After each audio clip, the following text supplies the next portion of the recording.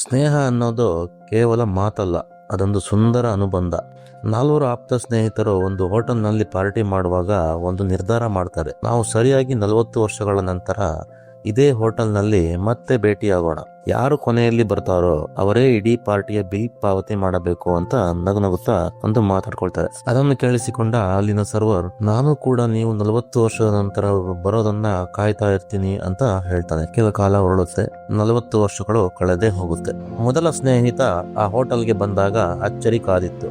ಆ ಹೋಟೆಲ್ ಈಗ ದೊಡ್ಡ 5 ಸ್ಟಾರ್ ಹೋಟೆಲ್ ಆಗಿ ಬದಲಾಗಿರುತ್ತೆ. ಅಷ್ಟರಲ್ಲಿ ಆ ಹಳೆಯ ಸರ್ವರ್ ಬಂದು ಹೇಳ್ತಾರೆ, ಸರ್, ಇವತ್ತು ನಾನು ಈ ಹೋಟೆಲ್ ನ ಮಾಲೀಕ ಅಂತ. ಇನ್ನಿಬ್ಬರು ಸ್ನೇಹಿತರು ಬರ್ತಾರೆ. ಎಲ್ಲರೂ ಸೇರಿ ತಮ್ಮ ಹಳೆಯ ದಿನಗಳನ್ನು ನೆನಪು ಮಾಡ್ಕೊಳ್ತಾರೆ. ಆದರೆ 4ನೇ ಸ್ನೇಹಿತ ಬರ್ಲೇ ಇಲ್ಲ. ಮೂವರಿಗೂ ಸ್ವಲ್ಪ ಕೋಪ ಬರುತ್ತೆ. ಬಿಲ್ ಕೊಟ್ಟೋಕೆ ಹೆದರಿ ಬಂದಿಲ್ವೇನೋ ಅನ್ಕೊಂತಾರೆ. ಬಿಲ್ ಕಟ್ಟಲು ಹೋದಾಗ ಗೊತ್ತಾಗುತ್ತೆ ಈ ಬಿಲ್ ಆಗ್ಲೇ ಪಾವತಿಯಾಗಿದೆ ಅಂತ. ಹೋಟೆಲ್ ನಿಂದ ಆಚೆ ಬರುವಾಗ ಒಬ್ಬ ಯುವಕ ಬಂದು ಈ ಮೂವರ ಕಾಲಿಗೆ ಬಿದ್ದು ನಮಸ್ಕಾರ ಮಾಡ್ತಾನೆ. ಅವನು ಹೇಳ್ತಾನೆ, ಸರ್, ನಿಮ್ಮ 4ನೇ ಸ್ನೇಹಿತನ ಮಗ ನಾನು. ನನ್ನ ತಂದೆ ಒಬ್ಬ ಟೀಚರ್ ಆಗಿದ್ದರು. ಅವರು ಕೊನೆಯ ದಿನಗಳಲ್ಲಿ ಈ ದಿನಾಂಕದ ಬಗ್ಗೆ ಹೇಳಿ ತಮ್ಮ ಮೂವರು ಪ್ರಾಣ ಸ್ನೇಹಿತರ ಪಾರ್ಟಿಯ ಬಿಲ್ ನೀನೇ ಪಾವತಿ ಮಾಡಬೇಕು ಅಂತ ಹೇಳಿ ಕಣ್ಣು ಮುಚ್ಚಿದರು ಸರ್ ಅಂತ ಅವರಲ್ಲಿ ಹೇಳ್ತಾನೆ ಆ ಬಾಲಕ. ಈ ಮಾತನ್ನು ಕೇಳಿದ ಆ ಮೂವರು ಸ್ನೇಹಿತರ ಕಣ್ಣಲ್ಲಿ ನೀರು ಬರುತ್ತೆ. ಅವರು ಅಂದುಕೊಳ್ತಾರೆ, ನಾವು ಯಾಕೆ 40 ವರ್ಷ ಕಾದೆವು, 40 ದಿನಕ್ಕೊಮ್ಮೆ ಭೇಟಿಯಾಗಬಾರದಿತ್ತ ಅಂತ ಅನ್ಕೊಳ್ತಾರೆ.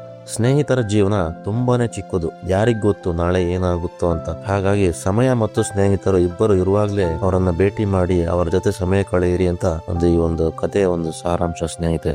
ನಿಮ್ಮ ಪ್ರಾಣ ಸ್ನೇಹಿತರಿಗೆ ಈ ವಿಡಿಯೋ ಶೇರ್ ಮಾಡಿ. ನಿಮ್ಮ ಪ್ರಾಣ ಸ್ನೇಹಿತನನ್ನ ನೀವು ಎಷ್ಟು ಮಿಸ್ ಮಾಡ್ಕೊಳ್ತೀರಾ ಅಂತ ಕಮೆಂಟ್ ಮಾಡಿ ಸ್ನೇಹಿತರೆ. ಇಂತಹ ಮತ್ತಷ್ಟು ಒಂದು ಸ್ಫೂರ್ತಿದಾಯಕ ಹೃದಯ ಸ್ಪರ್ಶಿ ಕಥೆಗಳಿಗಾಗಿ ನಮ್ಮ ಚಾನಲ್ ಅನ್ನು ಸಬ್ಸ್ಕ್ರೈಬ್ ಮಾಡಿ.